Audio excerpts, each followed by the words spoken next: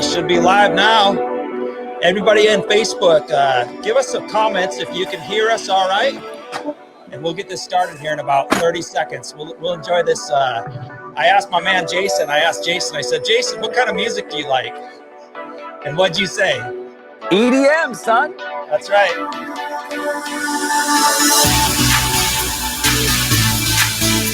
Yeah, that's good. I like it.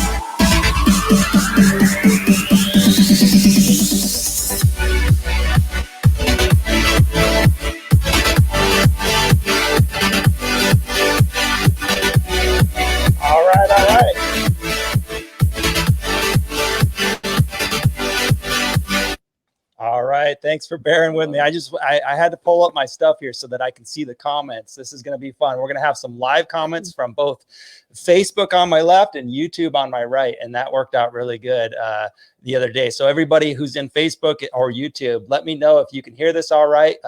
We've got our second edition of the Global Tile Podcast. My name is Luke Miller. I am the co-host. And you know my man, Jason McDaniel, below me. And we've got Staci Greenberg to my right, and Staci is an interior designer. She's got over 35 years of experience in the field of interior designing and project management as well. She's got an LLC business. She's an accomplished designer, guys. She's got outstanding people skills and a can-do attitude. I love that about her. She was up and watching the first episode of the Global Tile Podcast. And that's how she's here today, because she reached out to Jason and she said, Jason, can I get on episode 2? So who's going to be on episode 3? We will know here, whoever reaches out to Jason or myself. So Jason, I'm going to turn the mic over to you, my man. What's going on? Man, this is actually really great. I love that I can do this from the job site, because I think what's important that everybody understands is that, I'm a working tile contractor, tile setter out here. I'm actually doing some really cool technical stuff today. So it's great to be able to kind of take a step back, take a drink of my Coca-Cola over here. And I got to tell you, talking to a designer, usually it gets my cackles up. Like I tend to feel a little, like when I think designer, I kind of go, ah!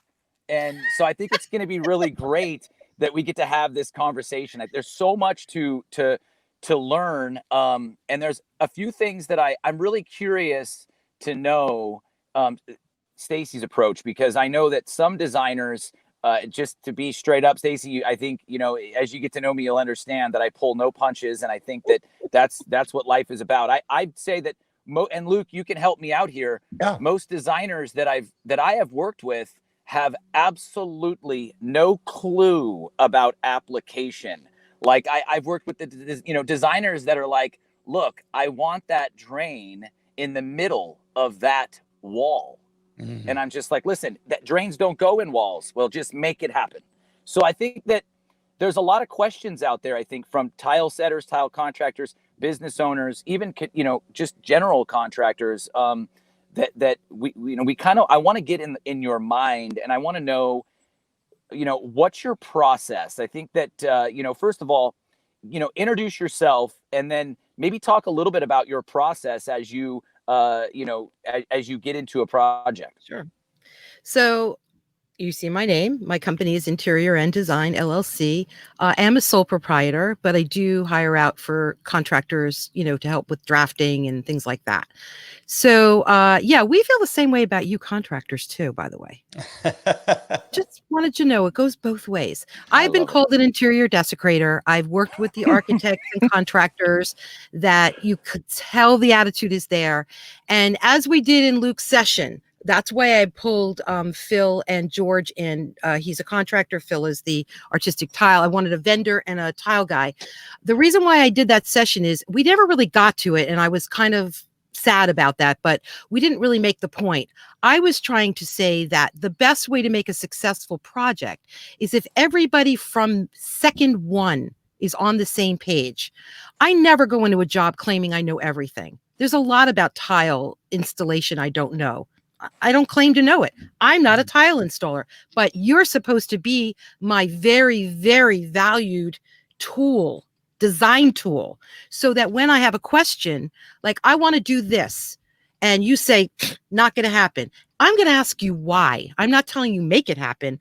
I am the kind of designer who says why. Tell me what I'm not understanding. Tell me. Most times I do get it, but there are things I don't understand. So that's why I have the meetings. I know meetings could, we can go crazy with how many meetings we have to go to. But the fact is, if you use them the right way, it's an education for all around. You get into my head, you understand what I'm trying to do with the design. Sometimes it comes from the client, but mostly it's about the design. So yeah, if I see that it's going to be a real weird situation, you're the first person I'm calling. It's like, look, I've got this idea. I want to get it to happen. How can I make it happen? Let's talk about what's going on. I have a client in upstate New York, and they're putting a master bathroom, or they're redoing their master bathroom, and it's over the garage. So you already know that you've got issues from underneath, and that's fine. I'm trying to talk them into moving the toilet over. I said, this is the best case scenario because you don't have to worry about digging up. It's just going to be an easier reach to get there. Right. Yeah, I never try to move plumbing if we're doing a remodel. Never tried. I try really hard to keep it within the realm. I respect their money. Okay. But back to your question. Yeah, I'm always going to reach out and ask. I never claim to know everything. 35 years, almost 40 years in the business. And there's still things to learn. There's new ways of doing things sometimes. Absolutely. Yeah. So, I try to be a team player is what I'm trying to say. No, that's rad. I'm very curious about, the designer mind. I know that when I do a project, and I know Scary. oh man, there's so much going on in there. So much. It's so deep. The designer mind. That's a hashtag right there. Right. It really is. And I know Luke can chime in here because, obviously Luke's an accomplished tile setter contractor on his own. But I know for me, that when I go into a project, I do a lot of designing myself. I tend to dig myself into giant holes with some of the, like what I'm doing right now. I'm the one who came up with it. And now I'm sitting here, questioning my sanity, which I already know that my sanity is whether I have any or not is questionable. Right. So, well, what is it you're questioning? Be specific. Well, no, why do I try, why am I trying to do things that I don't know. I think that I just try, so I get myself into things that I don't need to get myself into. I make Is there a designer on the project? No, that's it. See, that's why.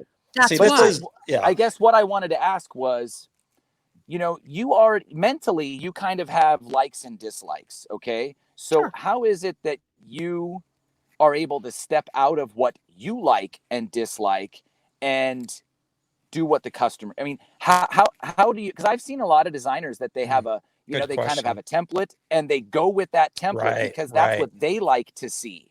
I hate that. I've often thought that a designer, for the most part, no offense to you, is very much just going to do what they like. It ends up being white on white and then a little bit more white. And then they throw some white in there and we're good to go. And so I guess my question is, and Luke, expand on this. How do you step away from what your eyes like to see and do what the customer wants? Okay. So here's the thing. That's what you're talking about.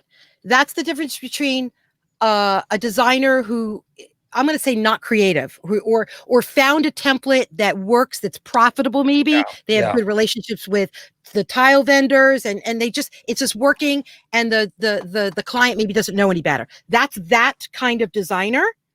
And then there's the other designer, and that's me. You can't look at any project that I've done that looks exactly the same as the other. Why? Okay. Because when I get a client, I sit down and I do an intake, and I find out their likes. I say this to every client. It's not, I don't live there. And it doesn't even have to be a residential, but let's just take residential. I don't live there. I don't ever have to see your bathroom ever again, or your kitchen, or whatever we're doing. So tell me what you want to see. I make them send me pictures of things they like. Doesn't mean we're doing that, but I get a real idea of their style. And of course, when you go to their home, I have a client now who says, I don't want anything anything you see here now. I don't want it. We're not using it. We want to change. Okay, that's fine. But I take that with a grain of salt, because you've been living like that for 20 years. I seriously doubt you want a strong, like from black to white change, because that's unnerving. Number one. Number two, nobody ever really wants that, but they want enough change to make it feel like they've done something. So I hear her. I respect what she's saying. Here's the key. Ready? Hashtag. I listen to what they're telling me, and then I go do my job, which is, in this case, maybe sourcing tiles. Okay. I will look at, I have a few I like, my go-tos. Absolutely. Why? Because I like the vendor, the pricing's usually right, and I know how they work. So it's good. But I always keep looking for new sources, because there's new cool stuff that's always coming up, and I want to know about that. Okay. Totally. Nothing makes me sadder when something I've used before isn't available anymore. Yeah. And I'll just take that as a really an easy visual, a paint, like that off neutral, that off beige, that off white beige color, say Sherman-Williams natural or whatever. That's a go-to paint for mine, but that doesn't mean I use it in every job. I just know what it works, what works with it. All right. Yeah. There's no go-to tile I have. It's never happened. I seriously can't even imagine that it will ever happen. Why? Because every client is different. Yeah. Okay. There's not one client that ever likes the same thing. I had one client that said, "Oh, I saw this tile. I really love it." I'm like, "Great. Where are we putting it? Where did you want to use it?" "I want to use it in the kitchen." I'm like, "Okay. Let me explain. That kitchen you saw that tile in is like 50 million feet long by 50 million feet wide. It's a really big pattern. It's not going to work. You have a little kitchen. It's just not going to work." I'm not saying we have to use little designs, small repeats or anything, but it's not going to work. And I show them why. Okay. There's not one client that I ever treat the same, because nobody is the same. Yeah. If I did your house, Luke, and I did your house, Jason, they're going to be different. You may like the same things, but your architecture is going to dictate something different. The lighting is also going to dictate something different. This one particular kitchen I'm doing right now, she has no windows in the kitchen. So I'm treating it differently than somebody who has a full, wall window. Follow? So no, those are good points. This is actually a really interesting subject, and it's nice that we're all on the same page here. I've actually had these thoughts working with designers in the past. Is like, man, every single job is very similar to the next one. Yeah. And it shouldn't be. It's like and it was interesting, Staci, you bring a good point. They found something that makes money. And I've worked for designers that actually own the showroom. They're the distributor as well. So they're probably pumping the tile that is marked up the best as well. So that was interesting thought. Listen, it's nothing wrong with that if it works. Okay. If the client likes it, ultimately that's the point. It's not about what you like. It's not about what I like. I have to like it because I'm doing it, but I got to tell you, I've done stuff I don't like, but the client loved it. Loves it. Yeah. Like, okay, as long as I didn't commit a crime. That makes me crazy. I know, but I make them. I won't use those jobs in my portfolio. That's right. Selective. My work. Selective. Okay, That's but fantastic. but they're happy. Yeah. But they're happy. And if they're happy, I did my job. Well, let's get to the elephant in the room, guys. And I want to encourage, we've got a couple people on Facebook, Oliver Ledbetter and Chris Conley says hi. And everybody in Facebook, give your questions up in the comments. how, we kind of touched on it, but let's dive into this topic. How can designers and tile contractors kind of connect? Because you asked Jason earlier, is there a designer on the project? And he's like, no. And we've had, over the years, we've had difficulties, working together, working with one another. And not all tile contractors are easy to work with, and not all designers are easy, and so I'm not, the worst thing a person can do is paint a broad stroke, but what Jason, do you have any designers over there in Portland that you're working with on a regular basis? Yeah, I worked with my friend Taryn, and she's great. I really enjoy Taryn. I think early on in that relationship, as we were getting to know each other, she had heard that we did good work, and she was used to another company, Envious Tile, here in Portland, who I've seen their cars around a lot, and they have a 4, 5, 6 man crew. I've actually been on the plane with those guys heading to surfaces multiple times. Nice. And she's been kind of used to the work that they do, and I've built a relationship with Taryn, and she's great. We actually did some work for her at her personal house, which, in my opinion, that's about as big a compliment as you can give to somebody, from a designer to be the tile contractor working on their personal, anybody's personal space. This is something that's very important to me, that the personal space thing. I don't think we talk about it enough. I think it's a really important subject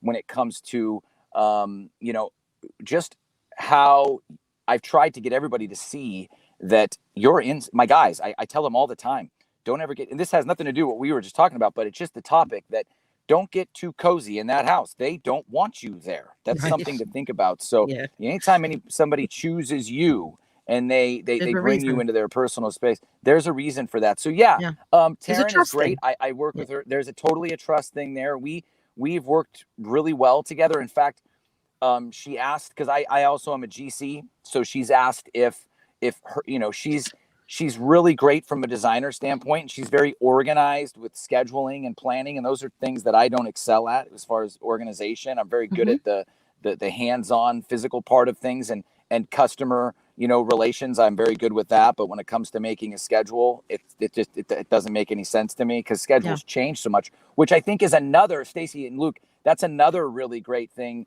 that we can talk about, is scheduling.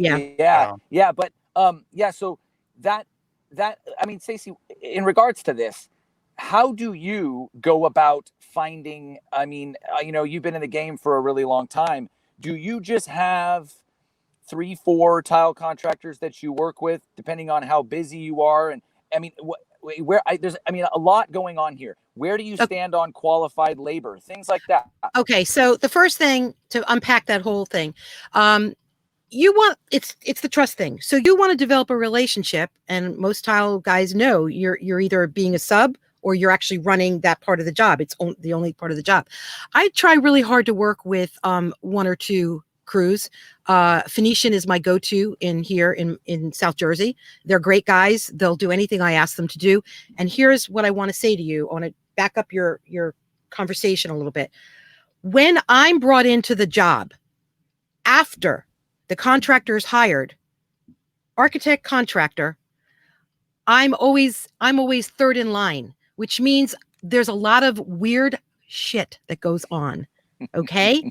Really weird, like ego stuff that happens. And I know it's going to be a difficult job. I know for me, I'm not saying I can't do it, but a lot of times I'm brought in after that. And so I know I'm already in for breathe. You know what I mean? Because it's what's going to happen. I know it. Now, if I bring in my crew, the job goes smoother because there's no ego crap going on.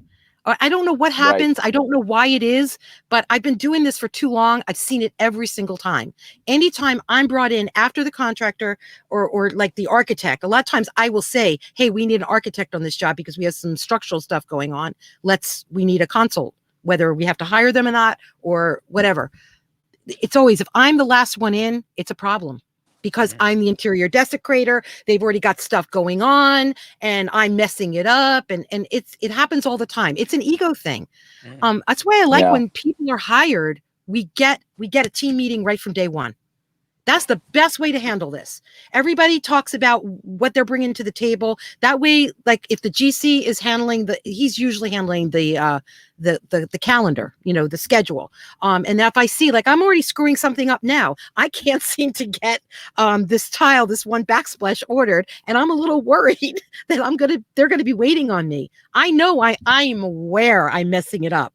Okay, I'm trying really hard to not do that. So that's not on the contractor's side. That's not his problem. It's not my normal go-to. That's the other thing. When you're working with another crew, it's like going when you're dating or you're meeting new people and you're just making The new friendships. in-betweens. You gotta get comfortable. There's got to be this trusting that's building up. And if it's not there, I'm the one that has to work the hardest to make that happen. I'm telling you, it happens every single time. I don't know why, but it is what it is. Yeah. I think that's this is all such interesting stuff. I mean, as far as the ego thing is something I've been thinking a lot about. You think it's a machismo thing, like male female thing? I don't know. No, I think here's the thing. This ego topic right now is to me, it's hot He froze. hot on the press for me. Oh, what's everybody that? froze. Really? You're fine for me. I'm fine for you. Yeah. Everybody's I'm moving. good. Everybody's Okay. moving. Okay. Okay. Are we good? Can you hear Jason? I can hear everybody. Yeah, I'm here. Okay. Sorry, Luke. Uh-oh. Are we good, Luke? Luke I froze. can't hear Jason. Okay, I can Okay. hear everybody. Should we All just right. keep talking? We're back. Yeah, let's keep Okay, talking. good. Okay. Hey, listen, this is live stuff here, and that's what makes this so great. We all needed a pee break really quick. That's why that happened, everybody. So everything's good. A quick pee right out here on the side of the road. So the ego I don't thing do here that. is, so you're not a quick pee? You don't do quick pee? I thought quick Can't pee was do a that. thing. Oh man, I tell you what, I know some people that have the art of quick pee down. I mean, it's like, where'd you go? What happened? I had to pee. Well, what? You were gone for 5. I don't understand.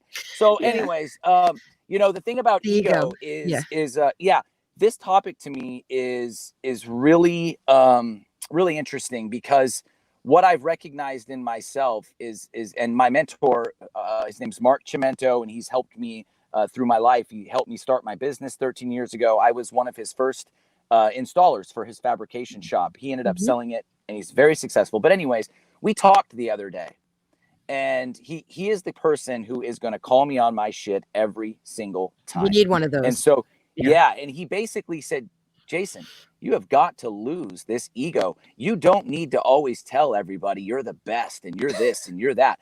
I think what ends up happening, I know from me personally, and this is a hashtag own it moment here, Luke. I mean, this is one of those things where I know I need to own the fact that, because there's this thing in me, right or wrong, there's something in me that feels like the tile contractor still doesn't get the respect on a job site so I come into the job site and I automatically feel like I need to puff my freaking chest out a little bit, let these people know that I'm no punk. And then I'm going to come in here, go ham on this thing, and that the one contractor they're going to remember when it's done is they'll remember you, all right. What's up? So what I'm saying is that I think that there's something to this topic that, and Luke, I'd like to hear how you feel about it, just based on you being a tile contractor too. I mean, I know, and so what Mark told me was, just 3 days ago, he said, son, you don't need to prove you're good, that you can do this. You need just go in there with your confidence. Don't go in there saying I'm the this motherfucking, I mean, and so I think that part of it, Staci, is that part of that what you're talking about, what we're talking about, and this is a great, huge subject. Part of it is that I still feel that we tile contractors just don't get the respect. We're viewed as dirty. We don't clean up after ourselves. All right, most of the time. Who is the one that's saying that to you? Because I got to tell you, no, from you know the what? designer Here's the aspect, thing. This is what I'm saying. Maybe nobody. This could be something that in your own head.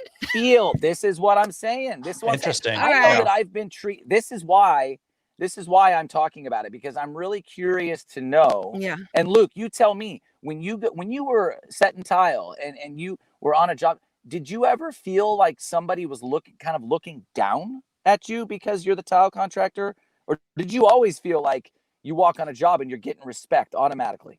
Oh, this is a great topic. Ego. I mean, I'm really glad we went here organically. That's cool. It's funny because ego is one of those things. Like, I've always had a low self-esteem, right? So, I was always kind of like, and a lot of tile guys are perfectionists. So we're leaving the job a lot of times like, oh, we could have done that better. We could have done that. But that's detrimental too. So we have to have a bit of ego and confidence. And I would like to hear from Staci. Like, Staci, aren't you pumping up the job before, during, and after to your client base? Like, this is the coolest job ever type of thing? It's two-faced. It's a Dr. Jekyll and Mr. Hyde moment, because what happens is, yes, you want to promote that confidence and that wonderful, and I feel it, when I'm talking to the client, but you're so off to me, Jason, about that, because every trade, that's good to hear. Every trade, when it's your turn and you're in there, you are the god. You are the god, because I'm working with you. I'm making sure you're my tool. You're my creative tool. And by the way, to respond to your confidence thing, I think every creative has this issue. You either have the person who questions all the time, whether it's out loud or not, or the other people who go so far off the deep end with "I'm the greatest." Those are hard to relate to. I question it all the time, and I always say this. I had the years where I wasn't really where I'm at, and a design would have been put forth, and maybe a contractor changed it. I can't stand when that happens, but it happens a lot, and they don't tell you. The thing is, I always say this: I can't stand there with a sign saying that is not what I designed. Can't do it. So you have to do the best you can to make it look the best that you can make it look. So if a contractor changed something on me and didn't tell me, tile guys, it's happened where we weren't on the same page, and they just changed something because it was easier. It didn't work. I don't know why they did it. I don't remember, but the point, it happens all the time. So what I'm saying is, sometimes you just have to be an adult and just get over it. As long as the client is happy. Yeah. That's all I care about. And it's not a prostitution moment, as I call it. It's just the whole point of the job is that the client hired us to do these things to make their space look the way it's going to look. Bathroom, kitchen, because you're tile guys, or hallway, foyer. They're hiring us to do that. It's in our contract to do what we said we would do. And I get really picky about that.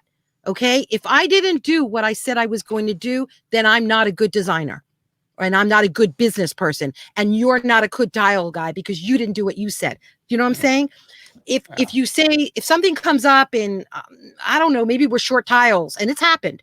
Somehow we got short of tiles, and I creatively worked around it. So we didn't have to wait 2 weeks for more tiles to come in. I'm like, let's do this. I think we can make this work.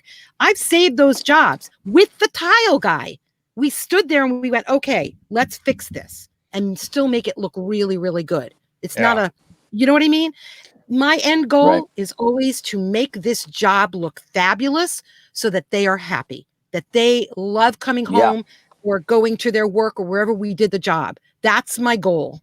Yeah. That's it. It's not complicated. Jamin Matthew said that you're only considered dirty and messy if you are. And Jason asked me earlier about this. Jamin? Yeah, that was Jamin. And look at this. I'm going to share my screen here. This is my first tile vehicle. So yeah.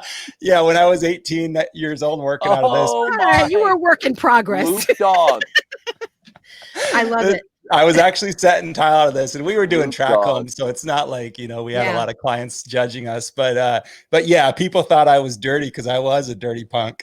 Well, I mean, listen, I have vendors that come visit me in my studio, to update their books or what have you, and I only have tiles, carpet, fabrics, and things that are textile. You have to see. I don't have furniture, things like that. And when they come there, I've had a few that just didn't look up to snuff. There's a judgment that you make. Then if that's how you're representing your company, totally.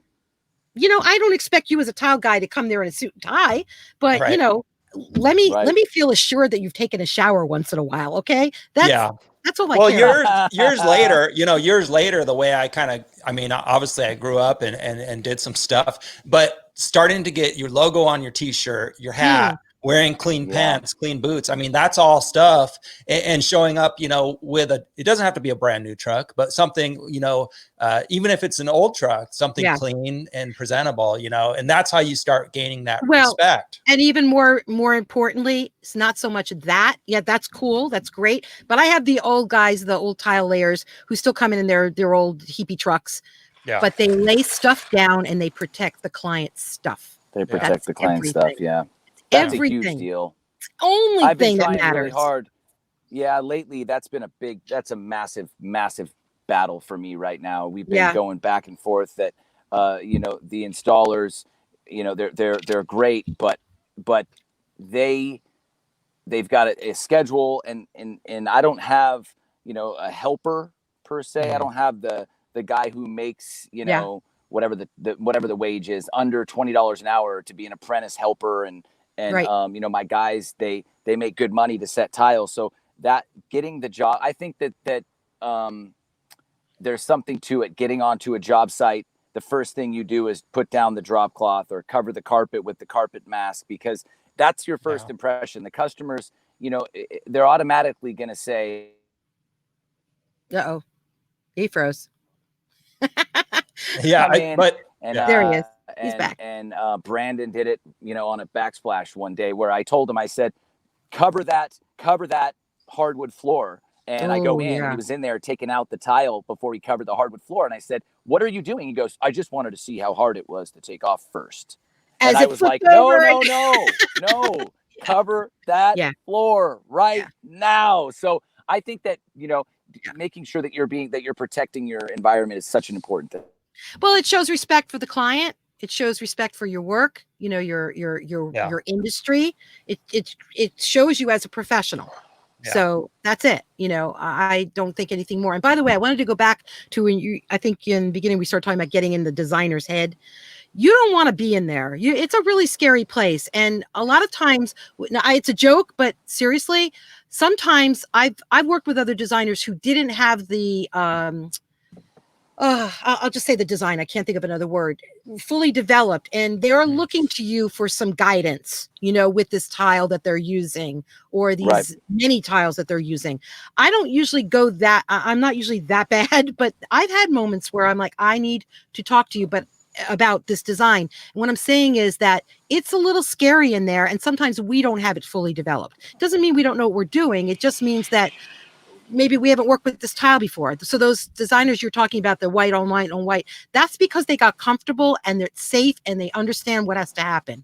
And I can't work like that. That's not how I work, you know? So I where do you, I want to talk about this because this has also been kind of a hot topic in the forums for these last, you know, few years. And it generally starts a riot when we start talking about it, but these are the things that we want to start riots, right? So, okay, sure. With the current events the way they are, let's start another riot. Where are you on that's right. Yep. Hell yeah. Let's all put our masks on and talk. Right. Where are you with qualified labor? Do you have a lot of CTIs in your area? Do you look at, how do you vet somebody if you find a new tile contractor? I haven't had to look for a new tile guy in a while because I tend to work with Phoenician. They're a GC and he handles the subs, and he's that guy, Jay. And you put him on a job. I always say this to my clients. Jay is the kind of guy that if I came here once and never came back and sent him, I absolutely know this job would be 100% done. Okay. That's just that guy. And I trust him with my projects in my life. And we definitely lost Jason.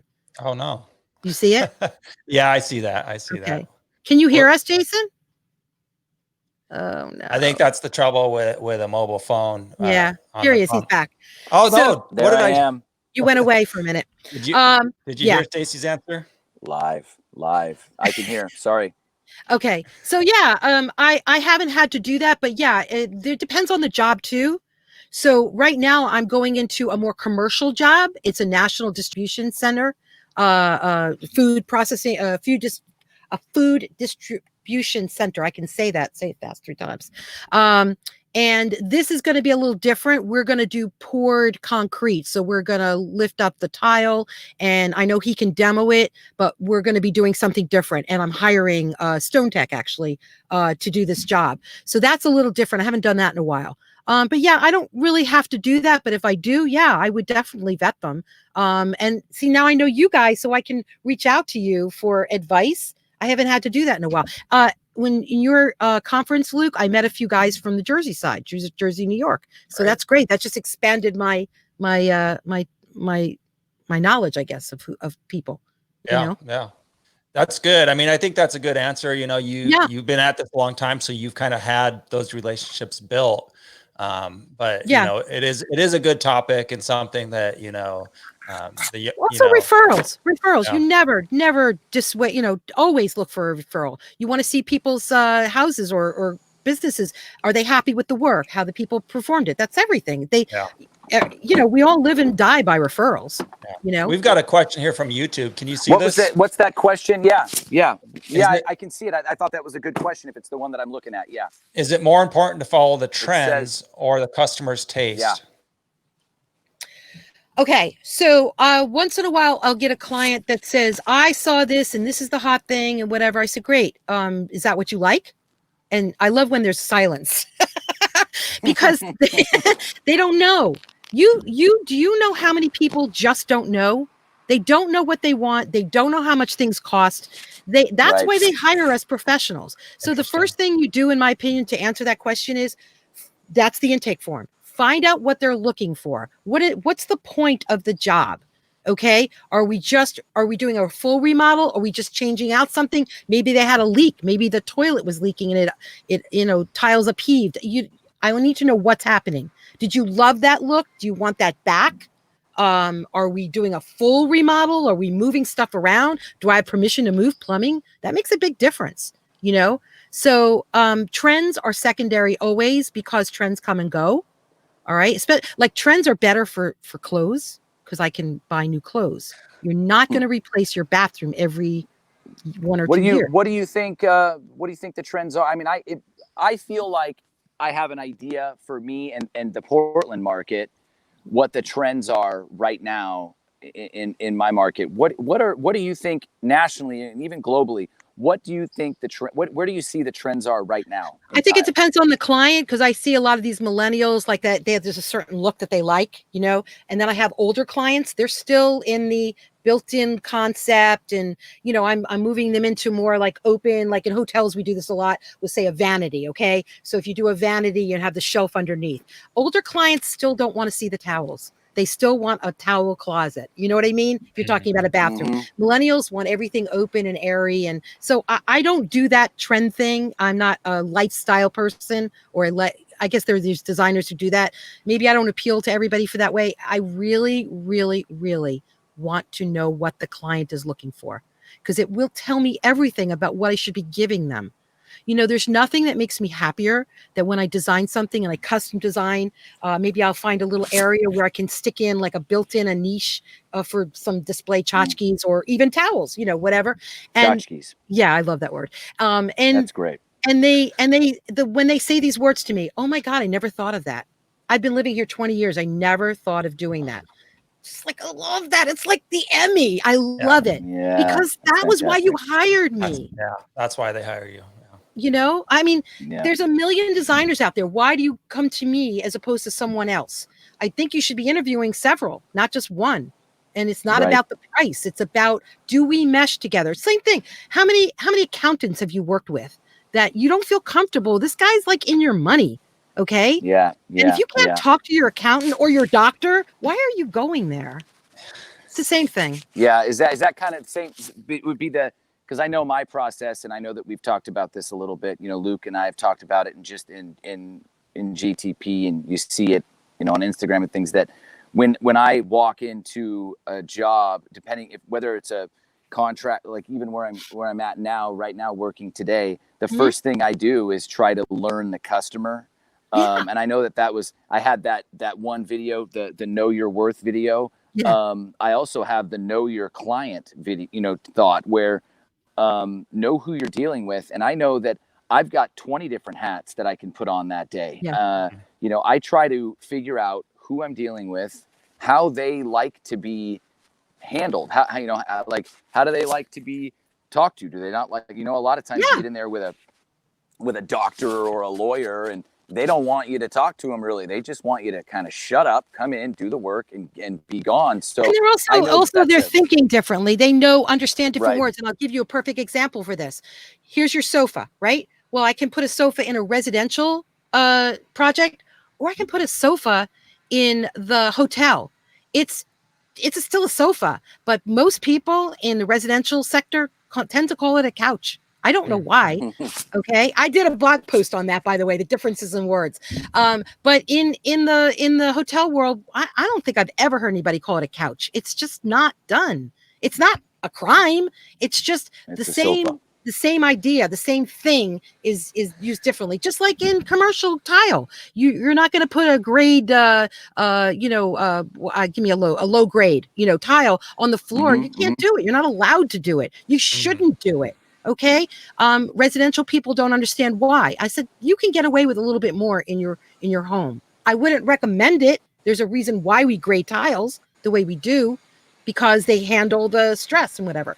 But right. Absolutely. You would never do that in a commercial. So the whole point is understanding what you're supposed to be doing for that specific project beyond the client's needs and wants. Give them what they should have. Right. I think I missed I must have somehow cut out of the conversation when I asked about CTIs, certified tile installers, and where you come in on that as do you think that it's good for the industry to have a certification program like that? Absolutely. The more certifications that you have to show that you know your stuff, you mostly times, if you're working for yourself, it's not a problem. I find like the NCIDQ for us designers or CDI, that only matters if you're getting hired by someone to work for them. But there's not one client that's ever asked me, do you have your NCIDQ? They don't even know what that is. Right. They know ASID or IIDA. And I'm laughing. I'm like, that's a trade organization. You shouldn't really care. I mean, it's quality. it's worthwhile. It's a good thing. But that doesn't tell you I know what I'm doing. You know what I mean? Okay. So yeah, I feel like it's important, but I also know I've worked with tile guys in the past and contractors that don't have their certifications. Well, not contractors, but I didn't even know about that years ago. And they were great. They were trained by their father. And it was a family. You know how it goes. Family. And there was never a question. I didn't care. But as time goes on, those things seem to matter more. But I think, again, I'm going to go back to it. I want to see your work. I want to get referrals. I want to hear how people felt about your work. If you can do it, I'm there.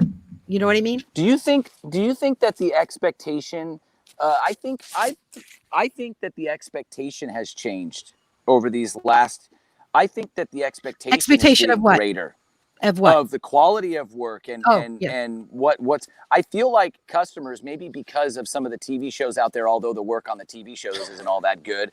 But I think that the expectation of contractors and customers is it's greater now. Do you feel that? Do you feel like you're touching on a very sore point for me? You brought up. I love it. I want something sore. Talk to me about why it's sore. All right, you ready? Get comfortable. I'm gonna sit down. Luke, are you ready? You got something to drink? I'm laid back. Kick it, laid back. I am not knocking HGTV and all those TV shows. I'm not. They have a place in the world. So what you're saying is you're knocking HGTV. We get it. Okay. They have a place in the world. They're fun to watch. I don't do it because it's really annoying to watch them when okay, but they're fun. It's just like the reality TV show. I kind of like America's Got Talent, and I like some of the other ones, even though I know it's bullshit. I get it.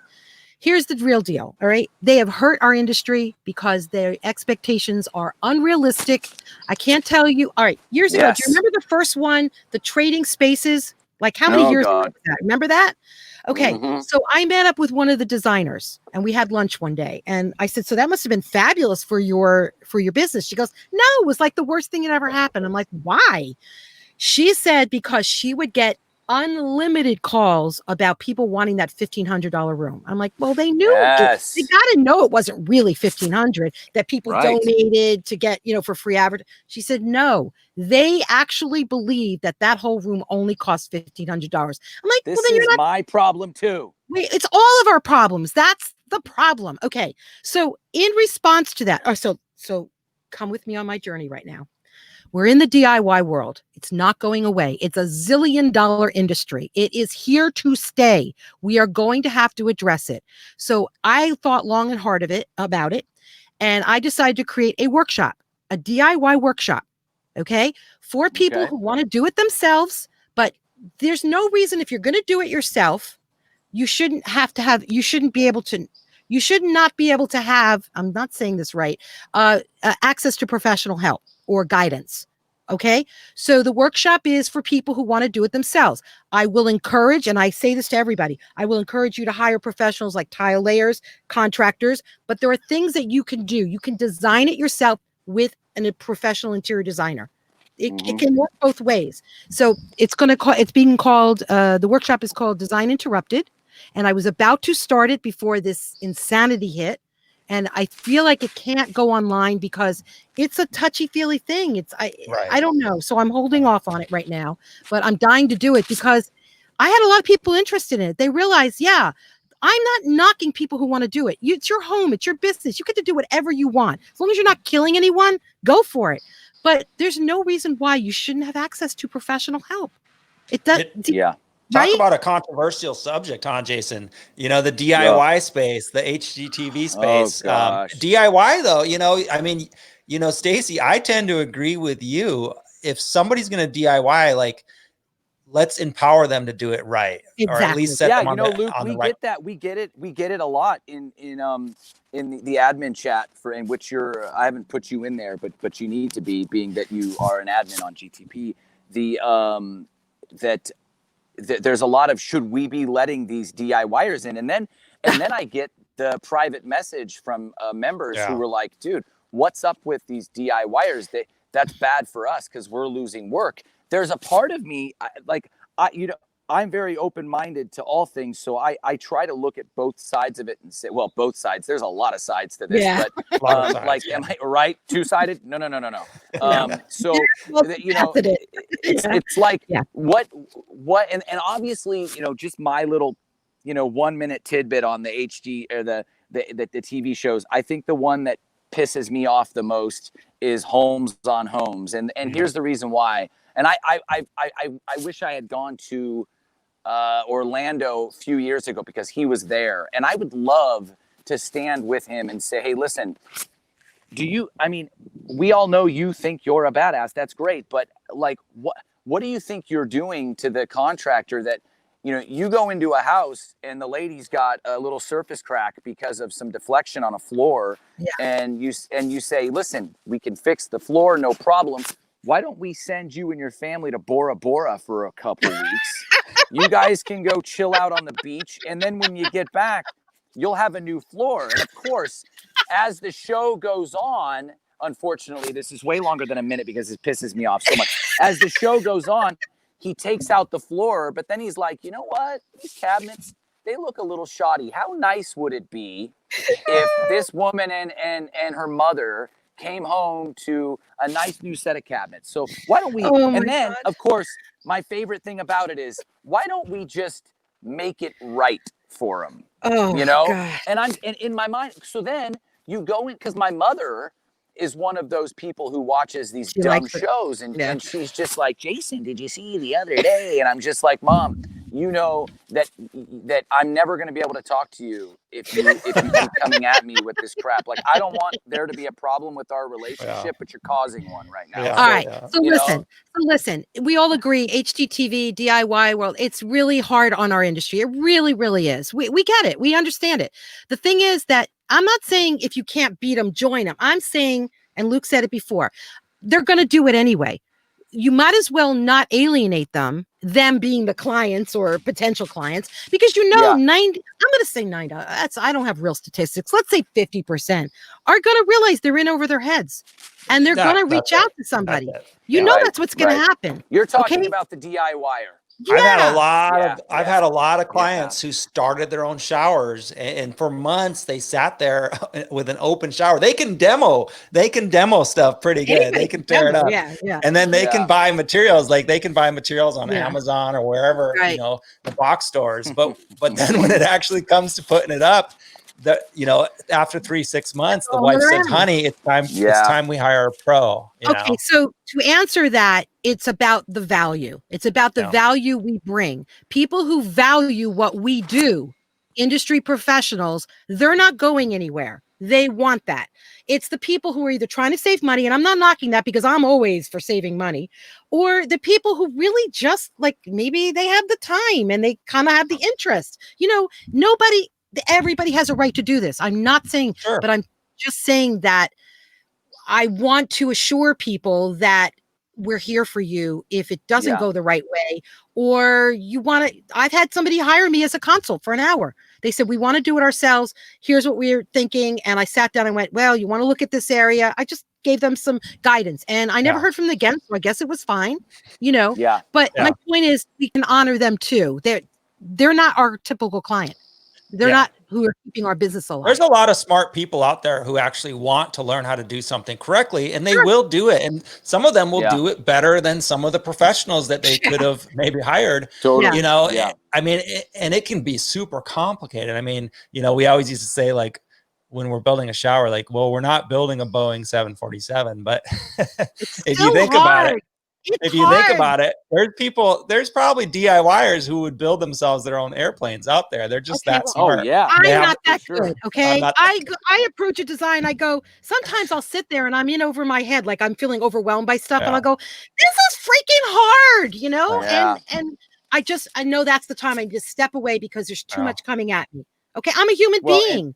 I have moments, in defense too of, I mean, the comment about we're not building a Boeing 7, you're right that we're not building an airplane, right? But at the same, so Luke, I mean, these days, and Staci, some of the things that we're doing with these curbless showers and some of the things that with these drain locations and stuff, I kind of like mean, those. on a technical level, Yeah. it's a completely different thing than building an airplane or operating on a human being. But in our craft in its own right, these applications, and I've been screaming this from the rooftops lately, that I've seen some jobs where I walk in, the one I'm on right now, I've said it, if the tile contractor that's walking into your house doesn't have a handle on this thing from the bones up, you are in a, I mean, it would I remember, and I'm not going to get into the story of this job, but I made a decision on a project last year to pull a door jamb and flash around it for waterproofing. And I remember my brother being like, dude, it's too much. We don't need to do it. You're obsessing. And I knew, had I not made that little micro decision there, kind of midstream, it would have failed. It would have failed. And it's those are the kind of things I'm talking about, that this is very technical. I mean, there's so much going on with these new drains and all these new things out there that, in our own way, I mean, I am one of those people that I build rooms the second I walk into them. So, I mean, as soon as I walk into a project, I deconstruct it in my eyes, and then I put it back together. But that's the creative part. That's what we all do. We all do that. The minute I walk into a place, whether it's commercial or residential, I already know what I want to do. I don't say it because it could change, but I already feel what should happen based on what I know already. They've done a pre-qualification questionnaire, whatever. So I already have a general idea of what they're looking for. Also I've noticed too in like say the hotel sector compared to a lot of that's seeping into the residential.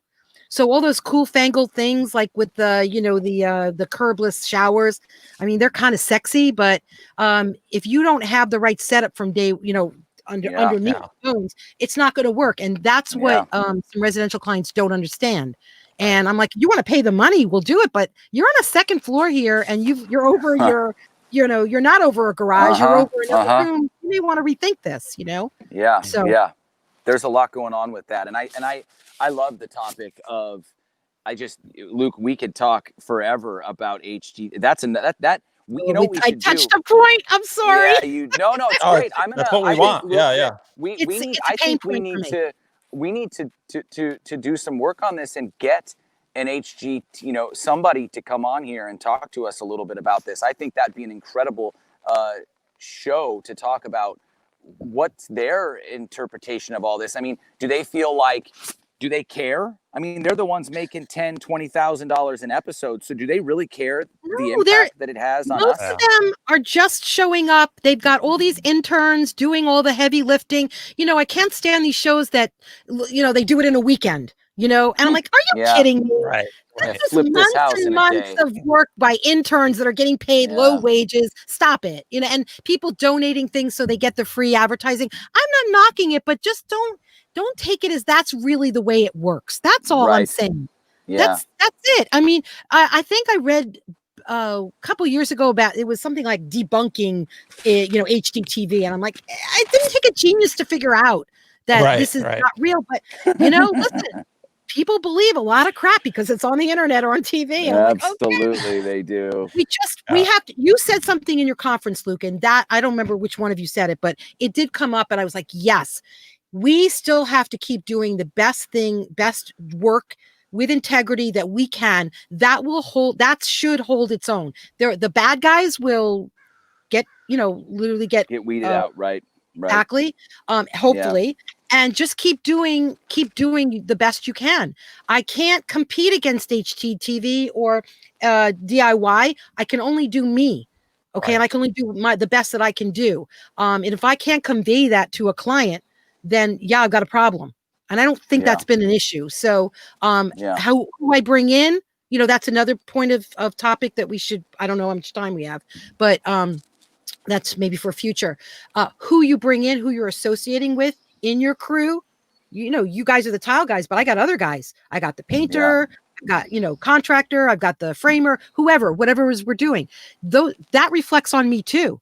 So I always bring my integrity, my 100% integrity to a job. I expect everybody else to do the same. And when you don't have that, it's a problem.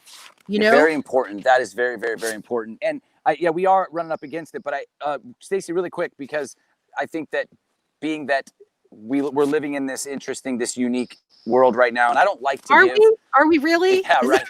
I don't like to give COVID a ton of play, but I do think that it's important to ask the question, because you are a designer and you come from a different planet completely, being a designer. Just quickly, what's going on with you and the coronavirus? How's that affected you and the people around you and your customers and what you do daily? It really hasn't changed too much. I lost a few jobs, and then a few people sort of disappeared. So I don't know that I've lost them. I think they're just sort of waiting. I don't know what's going to happen. I've kept a few jobs. This really hasn't changed the way I work too much, because I do a lot of stuff virtually anyway. Like when I go to a hotel, I will go once to I'll meet the client, I'll get the program, the score, and I measure, and then I don't ever have to go back again because everything is done. Okay. With residential clients, you have to probably do a little bit more hand holding, but really I shouldn't have to. And I think because of COVID and everybody's getting used to the virtual stuff happening regularly, I think it's helped a lot in terms of them accepting more virtual meetings. Okay. Right. So I'm hoping that is going to expand. Like I was going to say, expand my radius, if you will. But I've already done, like I had a realtor that I knew from New Jersey, and he moved out there. I did a job for him. I never saw the place. He gave me the dimensions, gave me pictures, and I put a whole program together for him and got paid. Everybody's happy. It's a good job.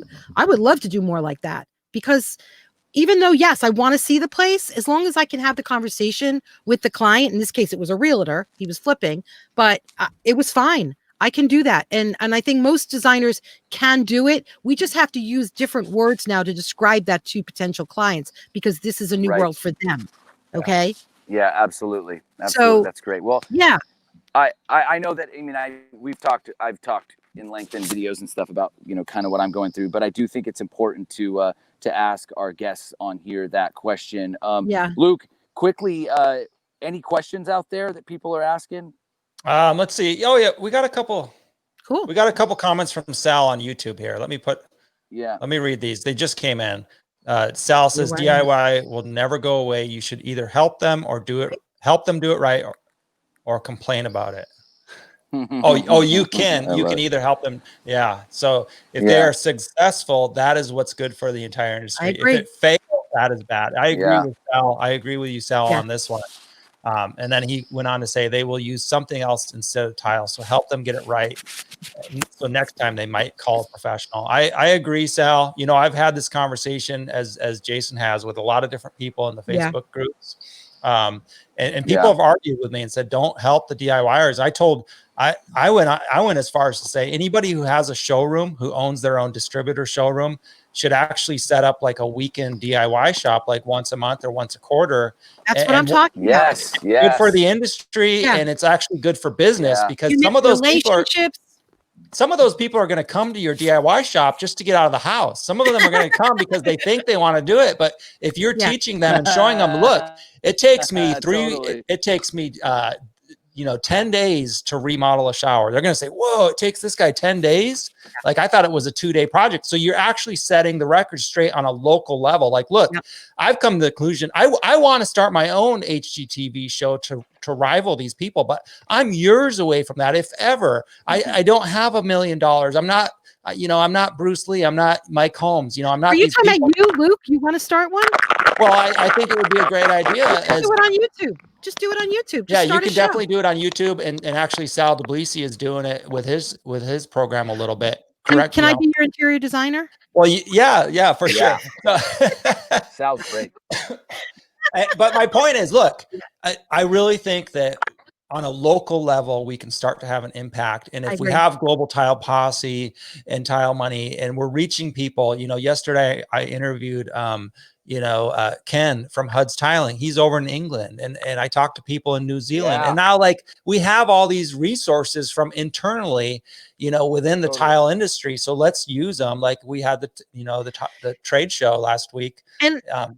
And I would actually consider you guys for the DIYers. I would actually say, this is what I've been doing. Offer like a consult. Let them pay you for a consult. And that way you walk them through, set them on the right path.